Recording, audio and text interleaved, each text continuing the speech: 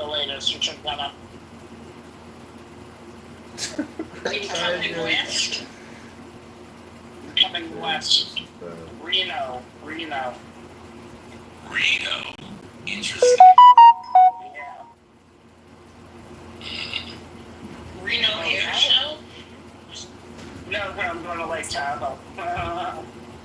It will be beautiful there. Yeah, I've never been. I'm so excited. Are you going to south, north, or both? I hope you go to both because it's easy to drive around. Going north. My friends have a house on the lake near Turkey, I guess. North. Uh-huh. Yeah. So if you have a chance to get down, there's a bakery called Shotsky's. Okay. And they sell their product up in Lake Tahoe. Ben, do you remember Shotsky's? Wait, well, no, It's on the way to Tahoe. I forget what city it's in. The best bakery ever in Delhi. It's a family-owned, and then they've got a satellite up in Tahoe. I'm not sure if it's north or south shore. Shotsky's. Look at it. Enjoy. Gorgeous weather. I have the most horrible recovered memories of the only time I ever went to Reno. I was 18 and my sister had won the Mrs. Minnesota pageant. I'll let that sink in. I love that. My parents paid for the entire extended family to go to Reno for the pageant. And the pageant was this 2-day televised ordeal, and it was like 150 degrees, and my father, who had terrible heart disease, was standing there melting in the sun outside the doors so they wouldn't let it open. And we had to sit in his auditorium and be filmed, they clapping for this Mrs. America pageant. It was the most horrific. I swear I have PTSD from Reno. That's it. Wow. That's so funny. Yeah, go ahead. So my childhood memories of Reno, I had an aunt and uncle that had mineral baths in Reno. And back then they were brothels. But I was a kid, and my mom had to have surgery when I was 5. And they thought, oh, well, we'll just send the girls to, the aunt and uncles in Reno. They've got this big ranch. And they had no idea. So here we go off to this mineral bath place in Reno, not knowing what it was. And me, being the adventurous explorer that I was, I wanted to go into every one of these these rooms that they would rent out. And they had to keep me back because, of course, you know what was going on this ranch. And so we were out there for 2 weeks. And that was my experience in Reno, was being on a ranch that turned out to be a brothel. So that was back in the very early, I want to say 60s, 70s rather, probably, or late 60s. Yeah, I'm going to say late 60s. So, yeah, all desert, and that's what it was. So, but Tahoe is nothing like Reno. Can I say something about your brothel experience, Sue? Because that kind of hey, really good stories this morning. Okay, Al, Sue. I live for it, so I come on Clubhouse. Okay, so in Brazil, as Ben knows, there's this thing where, the youth, a lot of them tend to not live independently from their family. And so one of my really good friends, his family owned a love motel. And it's not trashy in the way that, right, Ben? That's the thing that Ben knows about that. With young couples, just couples, even, whatever, they go to these love motels, and they're not, there's like a tub, some of them are themed, it's not gross, but it's just like, yes, passionate lovers deserve a space, and here's like a space for the passionate lovers. It's very cute, and it's like, well, yeah, that makes total sense, and they're not expensive, and so yeah, it's funny because we view brothels and things as negative things Is here in the it by United the States. hour?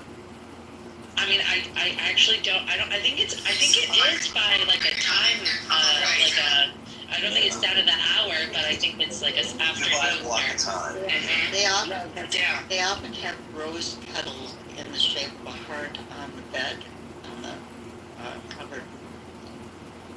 They're not dirty, they're cute. And so I just think that they're adorable.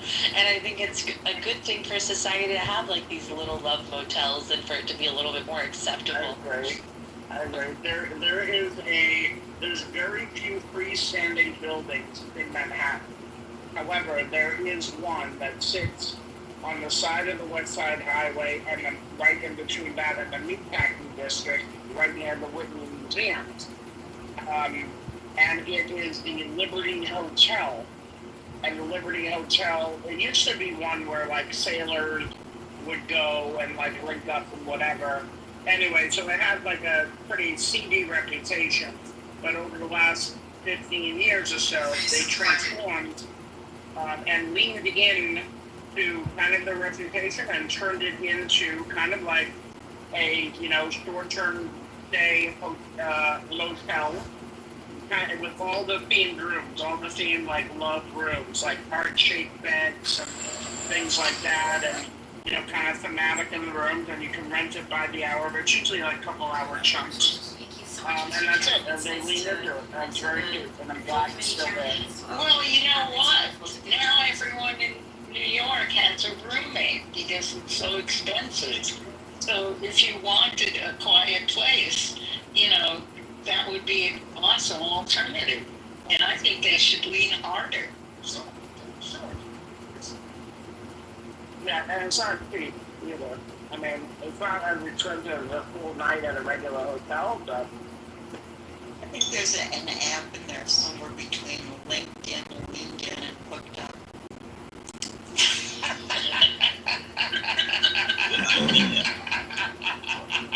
That was really good, Al.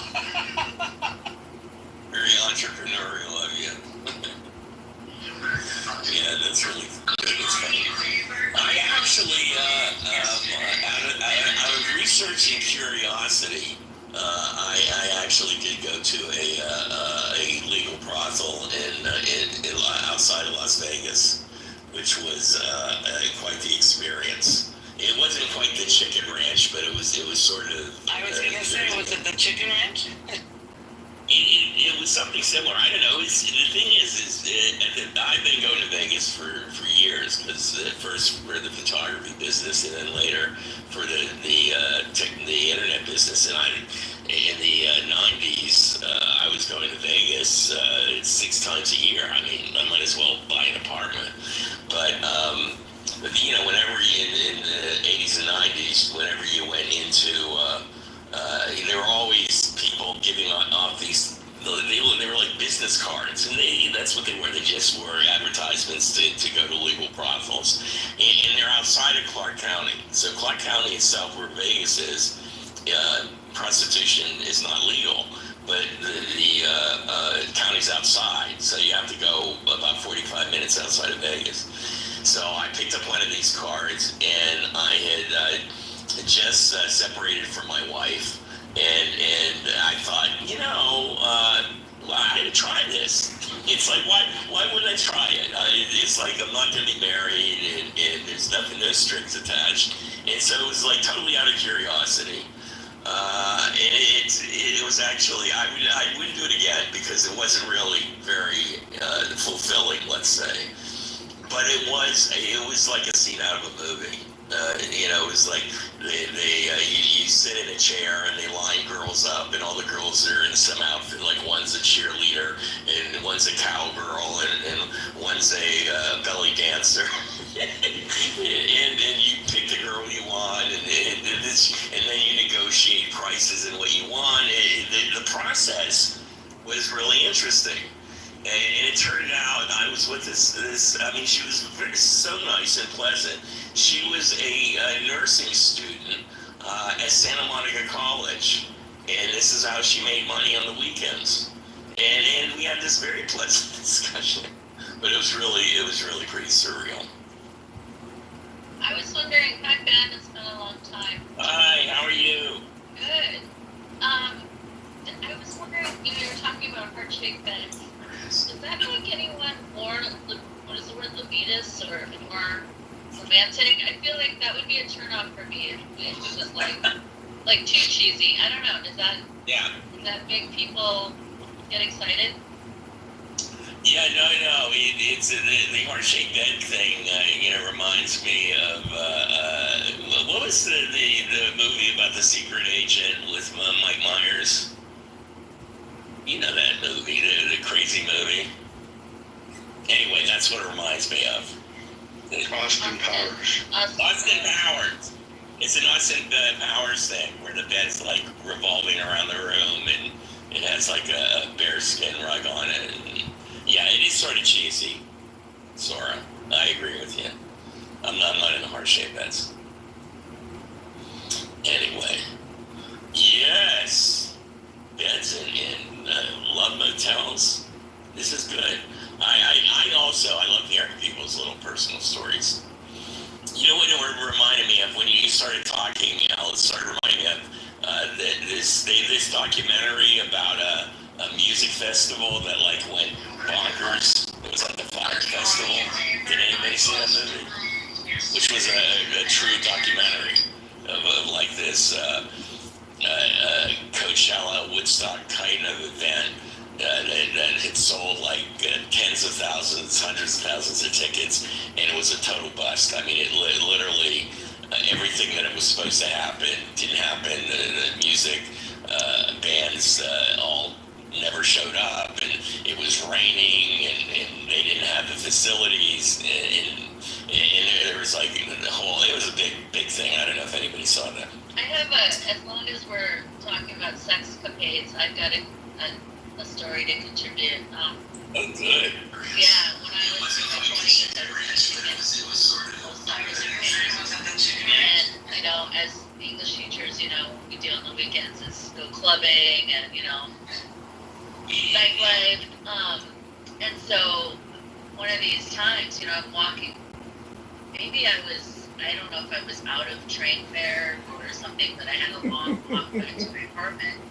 And this Japanese guy pulls up in a car and, offers to give me a lift. And then you get in the car, and then suddenly I realize, like, oh, he wants a hand job. Okay. So that's awkward. It's kind of awkward, but, also I'm like, wow, I just got into this car. Okay. So I told him that I would hand job whatever if he drove me to my apartment. And so he did, and then I ran out of the car. Oh my God! Yeah, I didn't pay the bill. Oh my God! I hope he didn't get a small claims court. Yeah. No, that's my story. Well, that's pretty funny, but it also sounds pretty scary. I don't know. Well, like the Japanese, I mean, blanket cultural statement here, but they're perverts, but they're polite perverts. So they wouldn't actually they wouldn't actually attack you or anything, but they will be perverted, and you're welcome. I don't know if you're willing to partake. But then they'll just politely drive away. Wow. So he didn't, there was no foreplay talk ahead of time. He just went right to it. Yeah, I mean, I think he just, I'm trying to remember now, because it's been eons, but I think he just unzipped his pants and, wow. I pretty much put two and two together. That's a pretty overt gesture. Yeah, I must have had enough Japanese to say, something about, I'll agree to do it if you drive me home or at my place, and then when we got home, I just told her. That's just so very practical of you. Well, there's a Seinfeld episode about this, where that happened to Elaine. She was going out with a guy, and they were driving, and he unzipped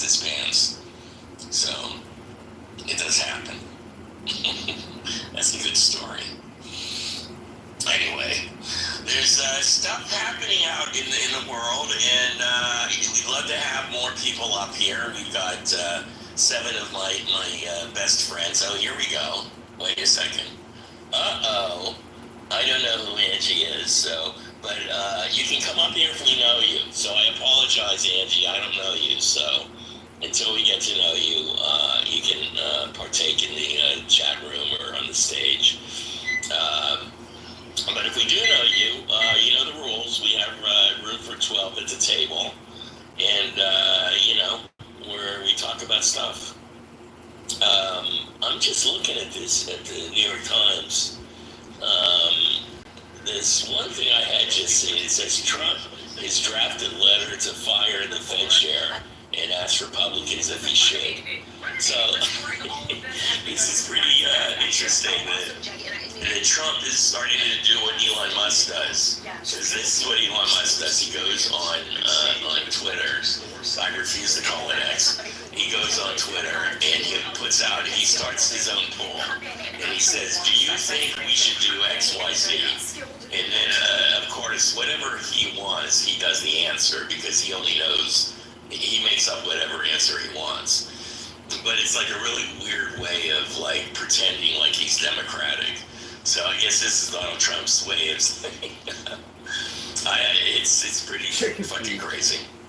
I don't know, does anybody up on stage have an article that they read or something they've been thinking about, or if they want to vent about anything?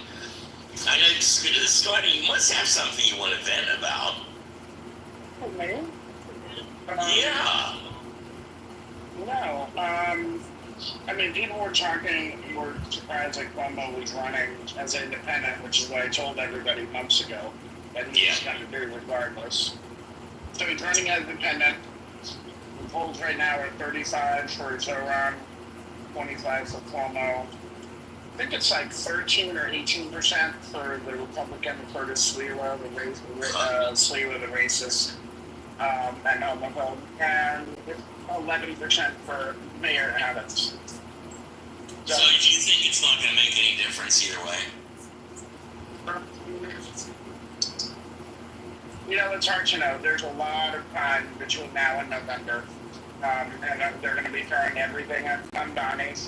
And once again, I think the takeaway here, regardless of what happens, Mamdani's campaign should be studied by the Democratic Party nationwide, not for the policies, specifically, thank you, but for the strategy that he was employing.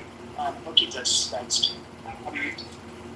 because he's run an exceptional campaign. He knows how to connect with people. He knows how to do social media. He knows how to do interviews.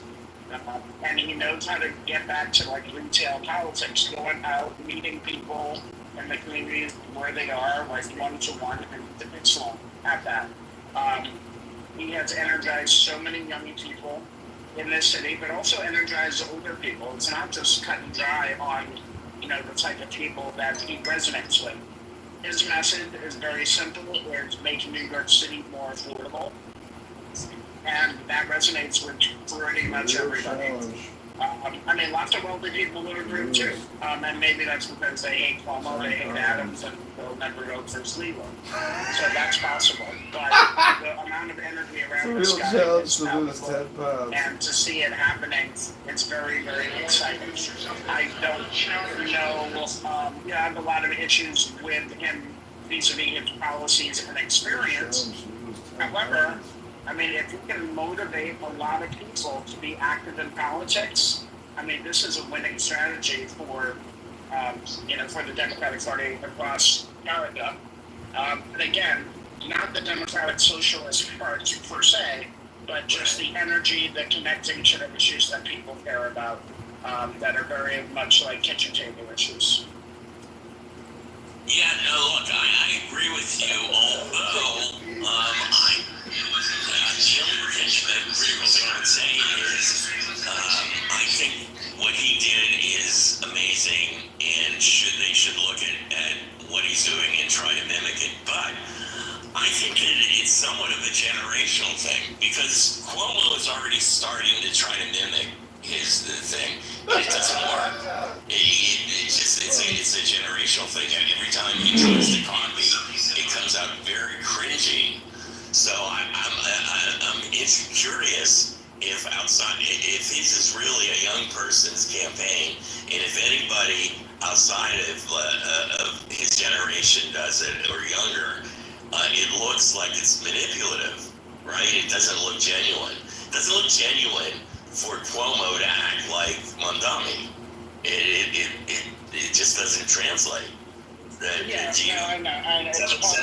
You ran a terrible campaign, that Cuomo guy. Oh, it's horrible. Like really, really bad. Wasn't good in the debates and everything like that. Again, like a debate can change things. So the debate happens, and Cuomo's on his feet, and then he can't get any traction because he's fumbling over his policies that a lot of them can't be done unless, of course, the city council agrees to them, and of course the state legislature and Kathy Hochul pass things. This is specifically regarding like taxes and stuff that he wants to raise. So it's going to be very difficult. However, I think it's going to be interesting is how after the summer, after people are really focusing after Labor Day, what does the campaign look like? What are the gaps the candidates are going to make? Is Eric Adams going to even push above the 11% that he has currently? And how many debates they're going to do? And hopefully they do a lot. And I think a lot of people are waiting for something like that because a lot of people are not sold on Joe Rand. I'm not 100% on him either.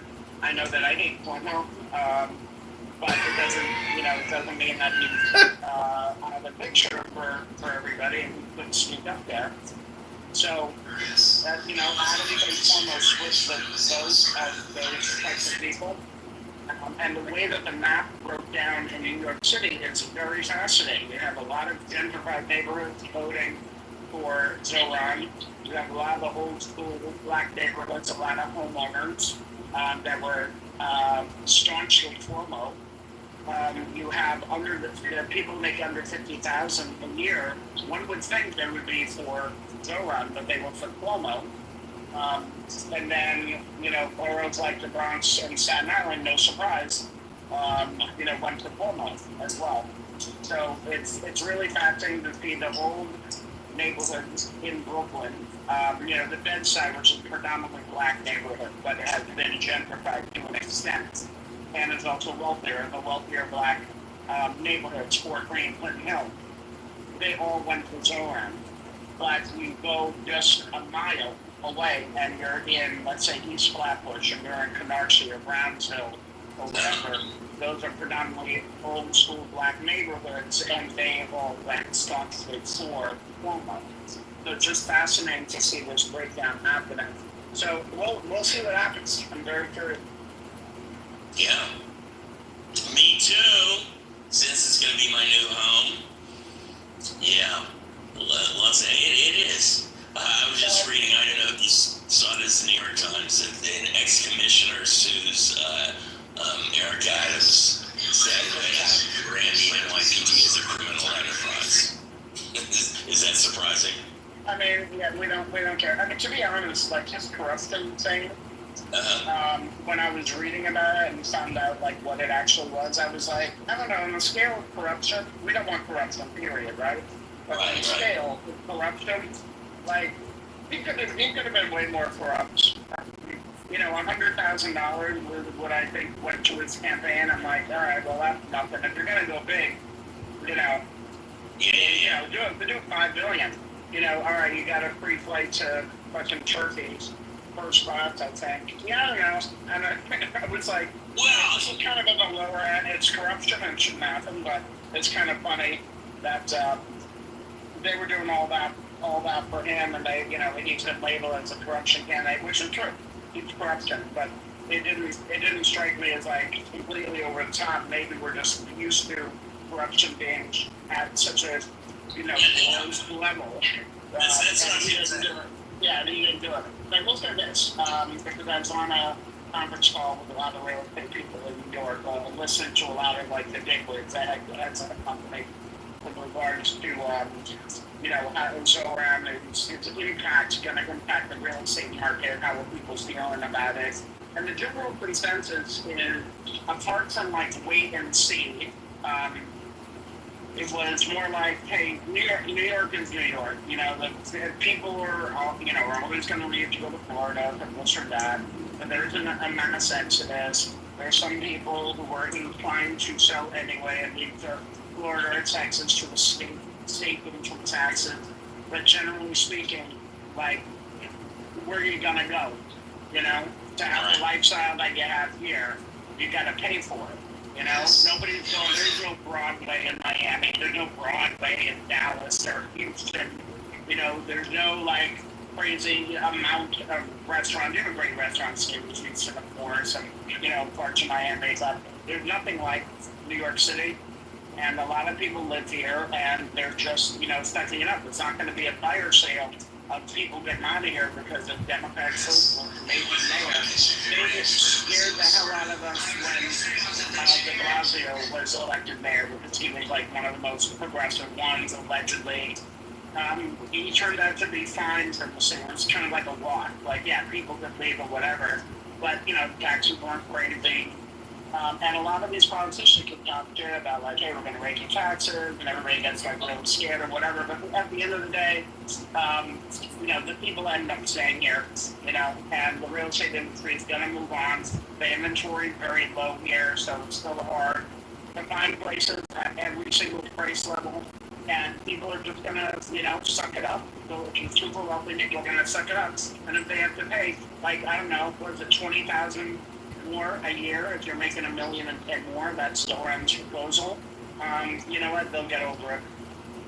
Yeah, I think you're right. I think that was a really good assessment.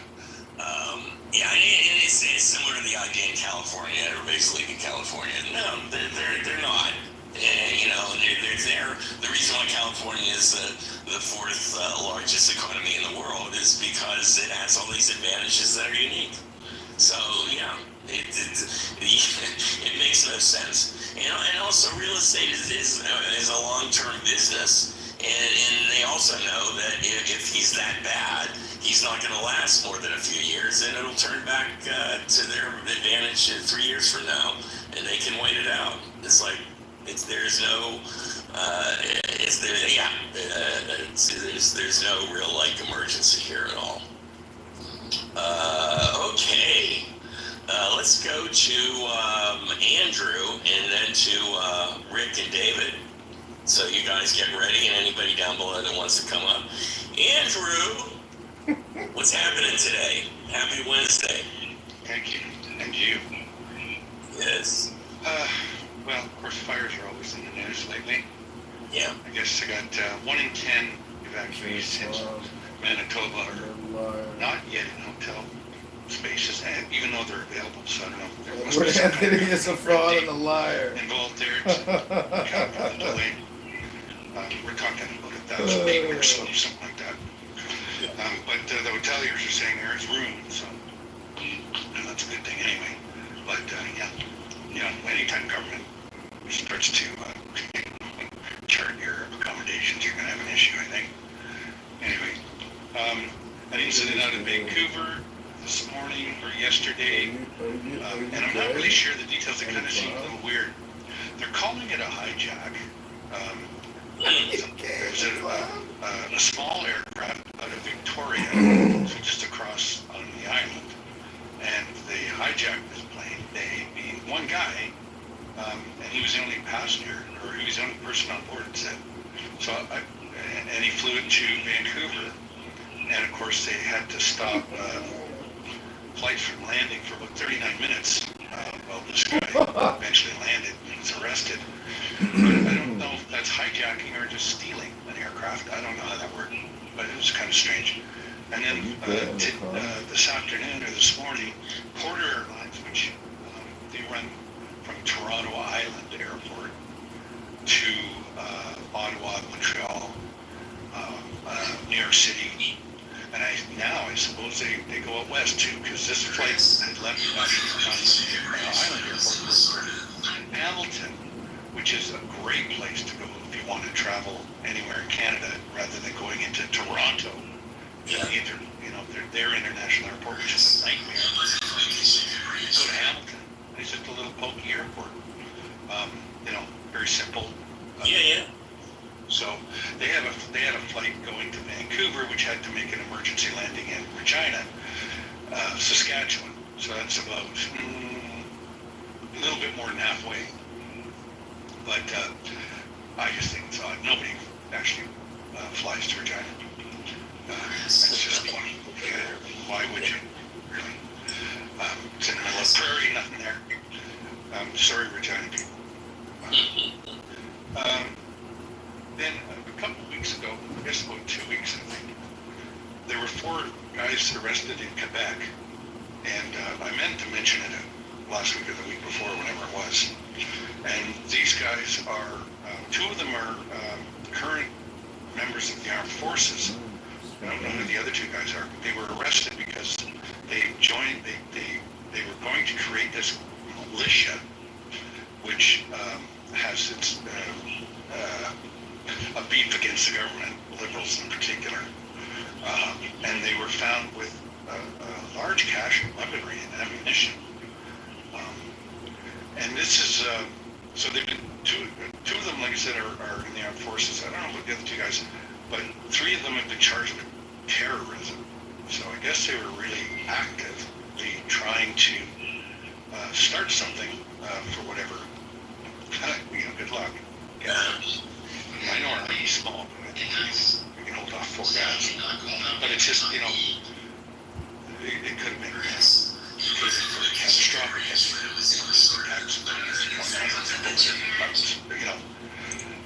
Parliament Hill or something. So, anyway, yeah. But I mean, this has been an issue for the armed forces for some time. This extremist mentality of some of these people. And I heard this morning that 2 of them had actually joined the forces specifically to get trained for this sort of thing. So, I mean, that's pretty extreme out there.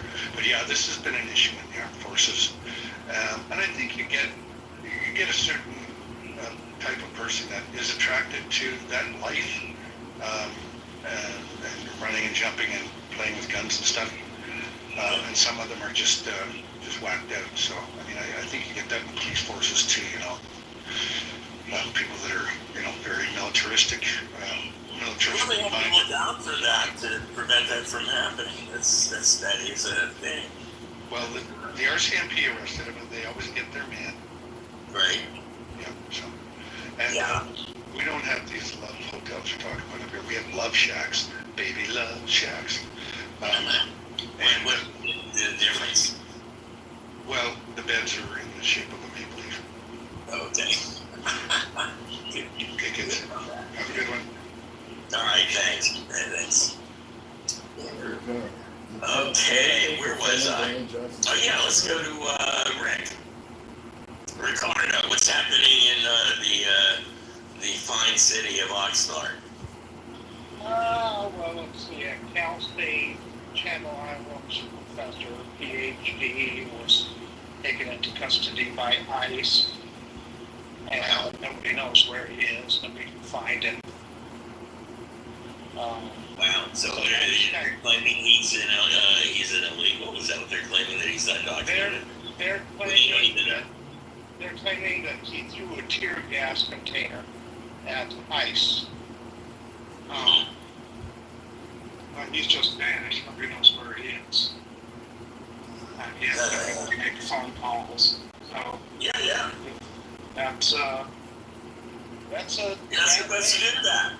No due process. Let's see. Pam Bondi dismissed the chief ethics officer for the Justice Department yesterday without cause.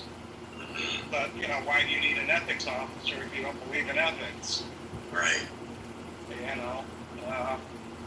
then the one that really kind of hit home to me, for a nation that claims to be a Christian nation, is 500 tons of food are going to be burned.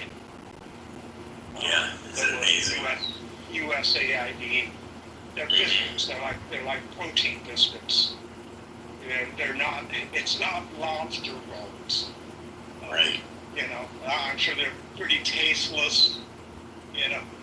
Designed food to keep people alive, and it's enough to feed, I think, 1.5 million kids for a week. They're just going to burn it. Doji. That's the real criminal thing about this, is that even if you take their argument that there's waste, fraud, and abuse, why would they even be able to claw back contracts that already have been signed? It's like this is money that's already been paid. Why? How are they even able to do that? The level of illegality, let alone cruelty, is shocking. It's like why wouldn't they let them do that and they just won't buy anymore? I get Go ahead, sorry. It's literally burning taxpayer dollars. Now this is the food that was. I think this is the food that was in the port of Houston. Yeah. And it's been sitting there since they cut, and they wouldn't let them load it on the container ship, even though it was ready to go, it was ready to be distributed. They wouldn't let already them go. Paid for, already funded. Already paid for, already funded. And literally they are burning tax dollars to be cruel. Yeah. And for a nation, I can't believe that this isn't the churches across the nation and the evangelical pastors aren't screaming bloody murder. Yeah, I think you're right.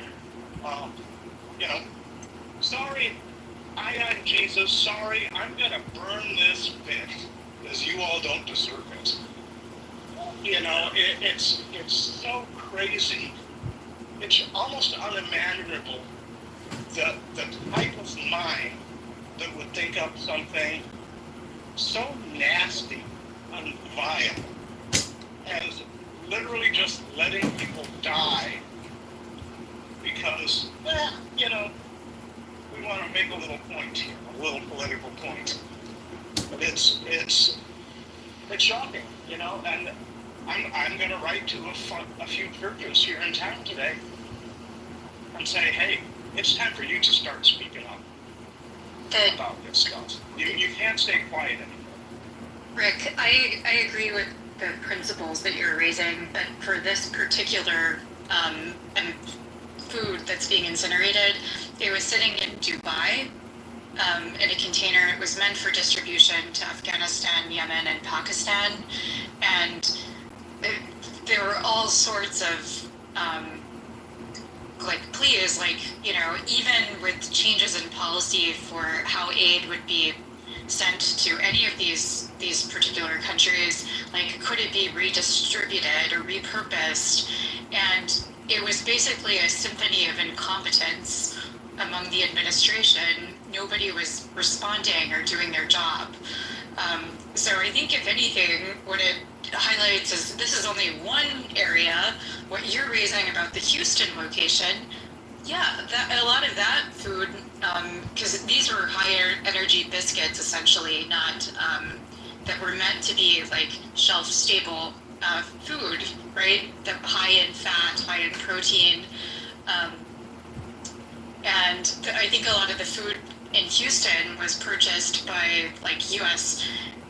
Farms and agriculture, so that food probably would have gone bad far faster than even these high energy biscuits. So this is only one of probably many of the different USAID packages that had already been procured. We've already spent tax dollars on, and it's just sitting there in rot and waste. And it's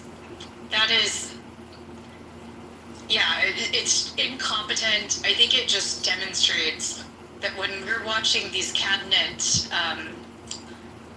I don't know what to call them anymore, these series of cabinet meetings that are being produced on TV, or the tweets, these are people that think that they're governing, and they actually just don't know the inner workings of how the government operates, and so they're not responding to.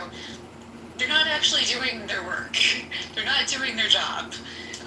We're not seeing any actual like bureaucratic processes take place as normal, and that is why it's problematic to get these quote-unquote disruptors in when, if you can't pass an American citizenship test, probably shouldn't be working in the White House.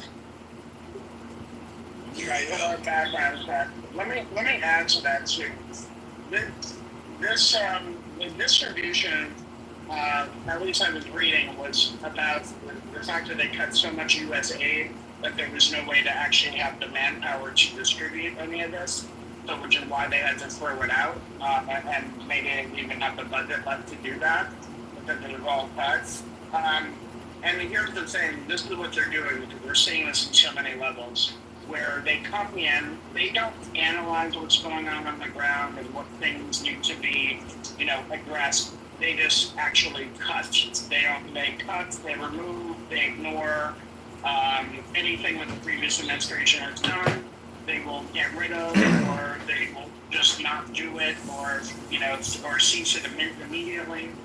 And so we're seeing this happen in many fronts. One is this, USA ID and the food that they're throwing out.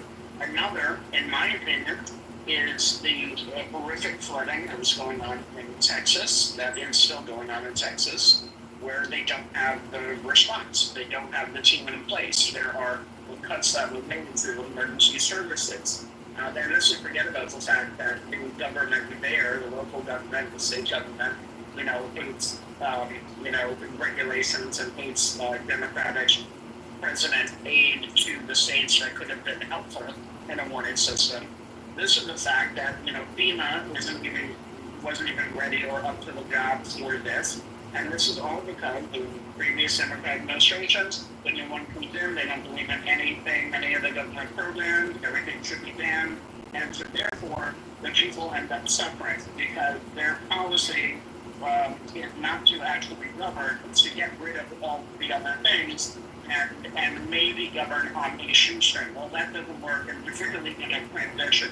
But this is not new to the Trump administration. You could argue back to 9/11 when Bush took office 8 months before 9/11 happened, you scrapped a lot of security warnings that Clinton did because it was a Clinton thing, and they ignored a lot of the things and intelligence briefings that were going on for Bin Laden and 9/11 disaster. They threw that out the window, and then look what happened. Absolute travesty. So this is consistent with what Republicans take over. They see what the previous administration is doing. They scrap everything, and they want to start again because, my God, Democrats are so bad. We can't even listen to anything that they have built up or done or warned us about, and we have to go our own way just to show them. And look what's happening. The people are suffering. That's what's happening. The end result is that the people suffer. It is inhumane, and this is consistent with what their party does. Yeah, thanks, Scotty. This is a disaster, an ongoing disaster, and I'm seeing it here in West Africa firsthand. The problems that it's causing, and it certainly is not making our reputation. It's damaging our reputation. And at the end of the day, the idea of signing a contract in the United States is completely pointless because it doesn't mean anything. Treaties mean nothing for the United States. I think the rest of the world does, but the rest of the world understands that you can't trust the United States anymore. That they lie and they cheat. They for at least for the time that we have Donald Trump, it's the land of cheaters and liars, and that's the way it's perceived. Anyway, speaking of coming from the land of cheaters and liars, I want to say hello to Lady ODL, who doesn't come up here very often, but is one of our regulars. So, Lady ODL, what brings you up to the stage?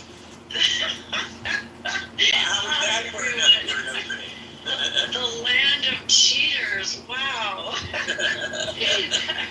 Well, I am in the land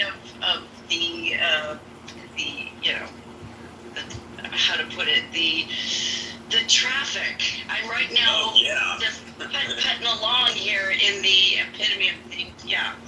Nobody does traffic better than Los Angeles. Nobody does that better. So that goes above the cheaters. So, but yeah, no, I was curious. I had a question because there was an article that caught my eye the other day of Elizabeth Warren talking about if tariffs are a cover for price gouging. And I wanted to ask if there's been any discussion. Everybody's left you, princess. You're the only one left. Everybody came to get the dopamine off. It was, I believe it was on Chatting like a bunch of birds in a tree. But yeah, she wants the FTC to do a little check and see, what's going on exactly, and is that a possibility? And I thought, I hadn't heard that. And I'm a huge fan of Elizabeth Warren. She's my hero. And I get where she's going with it because, basically what they do is they add the tariffs and then people get used to paying 20% more. And then they get rid of the tariffs and then they don't get rid of the price increase. They never get rid of the price increase. So it does. There's a logic in what she's saying. I'm sure they're doing that. Yeah. So I just thought that was very curious. And if, No, of course, but it should also be something that, in a normal world, both parties would want to look at. I mean, you would think logically that if the Trump administration actually wants prices to go down and people are cheating the system with the tariffs, one would think that they would want to be on top of this as well. I think both parties would want to be. But because of political climate, because Elizabeth Warren suggested it, it's probably not going to happen. But this is in her bag, though. She is about consumer protective. And I am sure, just like during COVID, a lot of companies raised their prices, and we never saw them go back down, did we? All those distribution chains, all the, the boats, all those ships held up at the port, all this other shit. Did we actually see the prices go down? No, because I go out every day. I'm like going to my diner. I'm going to, this or that. The prices that shot up somewhere between 2020 and 2022 are, guess what, the same price and higher. So I think it's all a freaking scam. So I do want to point to one thing that Peter Navarro, who is he the trade secretary or something for Trump? Yeah, he said, he announced on news, I guess was it on Bloomberg or Fox, I don't know. He said, as of July 1st, our country has brought in $106 billion in tariff revenue, and we're just getting started. And Chris Hayes posted a explanation. Chris Hayes said, put another way, we've raised taxes $106 billion on Americans. Because that's what it is. When the tariff hits, the price is passed on to the consumer. So yes, and they're continuing to do that. What I'm excited for, and my hope is that if Democrats get back in charge again, they can now promise, or at least use as a campaign thing, hey, we're going to get rid of most of these tariffs, and guess what? Watch the prices go down by X amount, and we're going to keep the companies honest about that. So if we lower the tariffs and the prices are coming down, we're going after the companies that don't do us. I think it would be a good thing to actually run out like, hey, we're going to make shit 20% cheaper. Even if it's a fucking lie, look at where we are. We're in this, atmosphere where people are lying all the time and making shit up and hyperbolating and all that. Why not say, hey, we're going to get rid of the tariffs and things are going to be cheaper because this guy fucked up. Oh, by the way, we're going to go back to Obama and Clinton era tax rates for the wealthy. And yeah, we're going to be able to expand Medicaid for people so that they can get health care again and all of that stuff. And these are things that actually people can latch onto and be like, oh, this party is going to be doing this. Okay, that's a vision I can get with. Instead of being like, hey, Trump is bad, Trump is bad, Trump is bad. Yeah, we get it, Trump is bad. What's the vision? You want to get on our train? Because we're going over here with this vision. And that's what I hope the Democrats do, and I think the tariff can be a big part of it. No, that's an excellent point, Scotty. And I 100% agree. Yeah. No, that does work. All right, we are into closing comments, pearls of wisdom. We got the last 30 minutes. Thank you, Lady O'Deal. Good to see you up here. Good to see you. Great to see you, Lady O'Deal. Yeah. Someday I'll get back to Los Angeles. So, because I miss the traffic. No, not really. All right, let's go to David. David Jacobson has been sitting up there in the corner for a while. Awfully quiet. Yeah, well, don't put baby in the corner. No, Nobody does that. it's amazing. It's amazing to me to see further headlines come out about how Texas is shooting itself in the foot by rejecting, aid from Democrats to put in warning signals and infrastructure that would have saved lives, and just to see the political winds just blow right over. Nothing to see here. Let's just focus on the sadness. It's just a hall pass for them to keep being bad at government and being partisans. And I just hate the fact that the partisanship is the cause of all these innocent people for not having any protection from what we have civilization that can think through these things and apply science and technology, but it just seems so wasteful. Then it's extended with this food waste, like literally incinerating food that could have fed hungry people. But the cruelty is taking the headlines. The separating families. Maybe it's not even taking the headlines, but it's certainly stealing the emotional momentum. It's just tough. It's hard to see because it's just not really even covered down here. Yeah. The way that people would open their eyes. I'll change my PTR. I found an image. I'll put a link to it. It's a pretty interesting document from J.P. Morgan. 20 years of insights. This is kind of like what rich people read every year to see what the market's going to look like.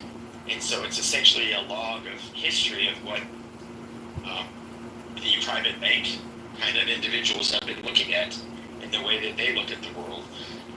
I'll change my PTR because one of the last images is of a MAGA alchemist trying to fuck with government. And let me get that picture up there. You guys can maybe comment in the chat about how ridiculous that even J.P. Morgan is calling out MAGA for its cult-like behavior.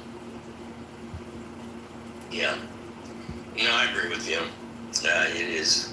Well, we just have to keep talking about it so we can do something about it. What else can we do? Thanks, David. All right, let's go to Dr. Francine and then Perusia. Dr. Francine, do you have a closing comment, pearls of wisdom? Do you want to talk about what tomorrow's Karma Club is about? Have you come up with a theme? Yes, Sue, it's going to be a question Sue came up with last week. Okay. And it has to do with whether we are now teaching people critical thinking or just information retrieval, and what that means, what the difference is, and what that means for everyone. And I think that's fascinating, because if everyone is, quote, cheating, unquote, with artificial intelligence, is anyone going to learn anything but how to retrieve information? And, I don't know. Who's going to come up with new ideas, if that's all we know? Anyway, it is at 11:30 tomorrow. We're at Wednesday. Tomorrow at 11:30 Pacific time. In 2:30 East Coast time, yes. Yes, that is right. See, I did the math. You're so good at that. That comes from living all over the world. It comes from my years way back when they used to have slide rules. David Jacobson is saying, who said we need new ideas? Well, I can suggest a couple We just of need places. better ideas. They probably already exist. Come on. Okay. They existed for 100,000 years. Okay. We've got some good ideas floating around, but it's that we're taking not good ideas and implementing them is the problem. The second half of my comment is the bad ideas are trumping the good ideas right now. We don't need new, possibly bad ideas. Why don't we just sift through the good ones and raise them above the bad ones? Okay, well, does that come from artificial intelligence, or does that come We can from... sift without a computer. We can sort those, I think. Okay. All right. We're good then. There we go. All right. Thanks, Dr. Francine. Let's go to Perusan. Perusan, do you have a closing comment, pearls of wisdom? Hello, my dear friends, everybody on the stage, or of course, the watching in the audience. My dear Ben, it's for you in the morning. For us, the sun is going down on you. It's raining. I'm sitting in my wonderful garden and enjoying the conversation here. For closing comments, I want to share with you that we are very nervous in Europe about Jeremy Powell's situation now in the United States. I think the stock markets in Europe are a little bit nervous about the situation. We are getting used to tariff situations, economical differences, support of Ukraine, and or let's say at the beginning not that much supporting, then finding out that Mr. Putin is maybe not the one who or somebody you can deal with maybe the way that Mr. Trump has thought at the beginning. But let's close this room together today with optimistic vibes and hope for the best. We have still maybe 1 month to find out how we can manage the tariff situation between European Union and United States, and of course the Iran situation is we have till I think I've heard about till the end of August. Maybe European Union, the E3 countries would start the snapback mechanism of this nuclear treaty at that time under Obama, JCPOA. So we are going through our holiday times. It's summer. A lot of people are in the holiday right now with their families, and the politics is also going now through the times of the holiday, summer holiday. So, but we know that in 1 month from now, we have to deal with two very important situations. One is the tariff situation with States, very important for the European Union countries, and the other one, the situation in the Middle East. Let's hope for the best, and I would just wanted to be polite and come to the stage and say hello. No, it's great. I always love getting your updates, and that was good, and also keeps us our feet on the ground, because when you're sitting outside of the United States, you do see things differently, and we really appreciate it, and appreciate your half glass full attitude. We should. We can easily get bogged down into negative stuff, but it's good to remember that there is another side to it. So thanks, person. Anyway, I wanted to get, as we're closing down, I want to get Dr. Keisha. I know that she has something that she wants to talk about. You have some TikTok or something today? Go ahead, Dr. Keisha. Tell us what's up. First, I want to say hi. Yeah. Oh my goodness, it's so good to see you. I know. I've been busy, y'all. I'm actually doing locums now. So I'll go to Brownsville for the most part, which is a border town, Yeah. and do a week on, a week off, that type of thing. So that's been busy. But the podcast is growing. It is Well, that's growing, great. and the conversations have been rich. We just did one on vaccine hesitancy. It just released on Monday with Dr. Tusa. Y'all, oh my goodness, the things that I learned every time I talk to her. Now, where are the podcasts Apple, Spotify, Amazon, YouTube. It's out everywhere. And what's the title, like, if we needed to look it up? So the most recent one is Every Child Deserves Access to Vaccines. So my producer changed all the titles to make them not clickbaity, but more reachable. So I encourage you to look at the descriptions because some of them, the titles really have nothing to do with the whole episode. Well, but is it under your name if we go to like TikTok and we look under Dr. Keisha? Okay, so the podcast is the podcast. That's the professional edited thing. Okay. The lives that I do are separate. Those are discussions based off of the podcast. So tonight we're talking about vaccine hesitancy based on those that have listened to the podcast with questions. Yeah. And it's actually growing over there too. It's my name, Dr. Keisha Davis is my profile name. And Steve Crow was over there on Monday, y'all. We broke down the RFK. So a positive. I love it. Go ahead. Yeah, a positivity note is, okay, a bad thing is measles has reached a record high since elimination status. We're no longer at elimination status. But the positive is that doctors are fighting back, and there is a huge lawsuit with multiple groups that is against RFK Jr. and what he did when he broke the recommendation for pregnant persons and children not to get the booster. So it is the beginning of something. We broke it down. I think it was great because they explained the lawsuit and what it means. And then we explained the organizations and groups and how he is kind of dismantling what we're practicing. But at the end of the day, doctors are going to do what doctors are going to do. We have our own pediatricians have their own recommendations, and they're going to follow those until the bitter end. If you can't get access to immunizations, many of the doctors were sharing ways that you can still get them if your insurance isn't going to cover it. So don't fret yet. Can I also, but tonight at 8 p.m. Central.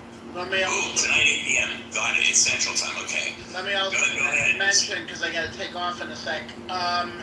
Dr. Keisha, thank you for messaging me. What a fabulous TikTok. I haven't been on TikTok since last year, so I didn't know how it all worked. Did you listen to it? Yeah, I was there, and there's so many bells and whistles, and I feel like a boomer when I'm on there because I couldn't understand how to comment or say hi or anything. I did, and I think maybe I hit a heart, but it wanted me to pay something. I don't understand. But Steve was saying the same thing. I was like, Steve, I understand it was overload. He's like, I don't understand what's happening. It's overload. However, it doesn't matter because I got the content. I was able to listen to you and Dr. Atusa and Steve, and I think there was another doctor who I didn't know. But regardless, the content was great. I actually loved it, and I hope to be able to, be a part of it again. There were a lot of people there listening in, and so much great information, that you guys always do. And it's just great to see new people and new questions and have a granular understanding of what's going on, particularly with the lawsuit, but also the directive of the vaccines and what doctors are doing. And when one of the doctors said, hey, I'm not taking any patients that don't get their kids vaccinated, things like that, this is all great to hear. So kudos to you. It was so great to see you in there with a bunch of other people giving out really great info to us. Thank you. And it's video. You can see the video. I literally show my face. Go ahead. Yeah, no, I just want to say I was there too. I have some weird username. I have no idea. I must have just made it when I went on TikTok the first time. But I kept putting in comments saying, hi, it's Elle. It was great. You did a great job. I was really, really pleased with it. Stop with the boomer comments. It's okay. We can take it. Anyway, that's great, Dr. Keisha. We will all be there. That's wonderful. And anytime you need a plug, come on in and tell us because we're looking for high-quality content. Anyway, I wanted to go to, Sora's off mic. Sora, did you want to give us a closing comment, Pearls of Wisdom? Hello, Sora. Maybe she doesn't know she's off mic. Leaving me with an existential question. Sure. Will MAGA make Democrats great again? It may be a side effect if we ever get past this thing that we're going through. It's a good question. Anyway, Barbara's here. Hey, Barbara. The answer is yes, as long as we don't eat our own. Yeah, that's true, which is really important. Barbara, closing comment, pearls of wisdom. Hello, Barbara. Barbara out in Canada. Hello, Barbara. Oh, she might be busy.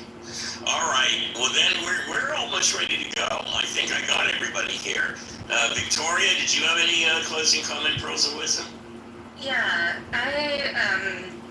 I mentioned it actually, Dr. James's room earlier today, but I always sort of defer to Hanlon's razor, never attribute to malice what is adequately explained by stupidity, but also don't hire stupid people to the White House, please, because I think we're seeing the symphony of disruption, not just from malice, but just sheer incompetence and not understanding the fundamentals or basics. They didn't hire experts. They focused too much on hiring loyalists, and that definitely undermined the performance of different government organizations, decision-making effectiveness, and obviously, it goes without saying, for this group, has led to unchecked and unbalanced misconduct. The fact that our president has a meme coin, the emoluments clause is basically completely been eradicated, and we're just seeing in sheer misconduct, ethical violations, but a lot of it does rest in incompetence, and I think that shouldn't be understated. So the next time people want to hire people that have no government role or background, just remember that we're wasting and abusing taxpayer dollars to enrich the wealthy men in America, and we're also taking food away from starving populations, not only around the world, but if you look at some of the domestic cuts. So I hope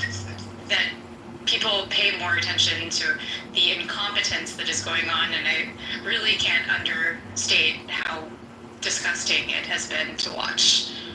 That's a great share, Victoria. I just recently read the statistic that when we cut off this live aid, that program was actually costing Americans on average $24 a year.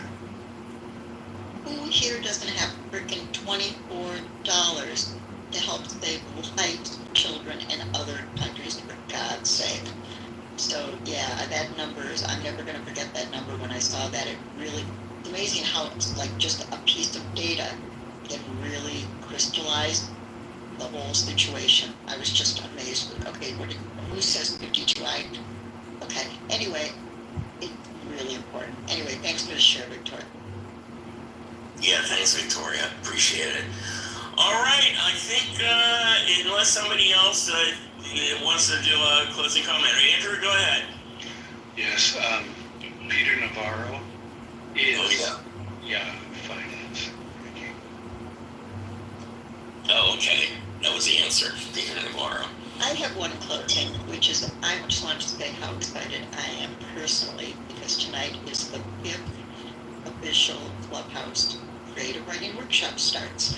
And I'm looking at my phone, and I'm going to be hanging out tonight with Odile, and with Andrew, and with Michael Barefoot, who's in the audience, my new friend, who ends up living in St. Paul, which is so cool, and one other person who you guys don't know. So this was an experiment, and we are now going into year 2+ and the 5th group on Clubhouse. So I'm very excited for that tonight. So I won't be there tonight, Dr. Keisha, but we'll be making our own magic. Congratulations with that, Al. And put any links in the chat so that we know where to go. I will. We'll be opening registrations for September. I've made a decision to go ahead and open a group for September, so I will share that information another day. Okay, great. All right, I think we hit it. We'll close up a little early. So Rick, you are the caboose. So tell us what's some inspiration for the rest of the day. Rick, Mr. Oxnard. There you are. Yeah, I guess I wasn't the other. Just got back from our walk. So, you know, I don't really have anything other than, you know, with all this aid being cut, both internationally and here, little organizations need our help desperately.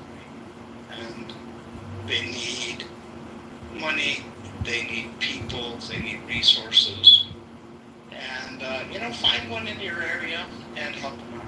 Because a lot of them, there's going to be a lot of them going away that just don't have money. Even, it could be a little cultural museum in your town that's, you know, the size of a house.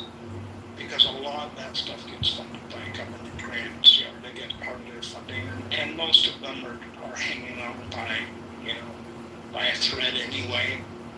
And so that's part of our job. Part of our job is to not let these things disappear because they really are trying to make history disappear. A lot of the indigenous museums, the Mexican art museums, Latino art museums, the black museums all around the country that are small little private organizations are hanging on by a shoestring. And they need our help. And if we want them to survive until the next term, we have to step it up now. And so find something in your area that you're passionate about, or even across the country if there's nothing that you find in your area that you're passionate about. And, you know, send them $5 a month, send them $10 a month if you can. And I know that everybody's asking you, you know, all the politicians are asking you for money. Well, send $5 to the museum or to the organization, and then write to your congressperson and say, get this stuff refunded, and maybe you'll get some more of my money. But for right now, I'm trying to save some organizations that you guys are killing. So that's what we can do. It's a little something you can do, and you can do it right now. You can, you know, as soon as this room closes, you can go on your computer, you can look something up, and or you can write it down. So I need to look up an organization in my community that needs help. It's something you can do today to change the world for the better. And that's it. That was great. Thanks, Rick. Good point.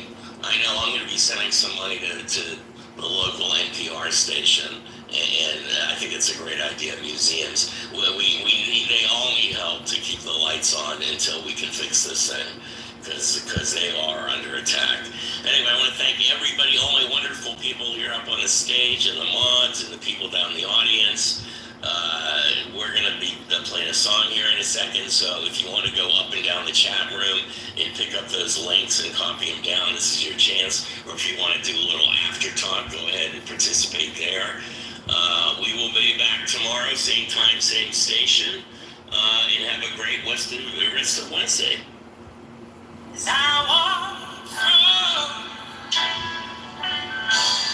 this wicked world, baby, searching for light in the darkness of insanity. I ask myself, I said, is all for blood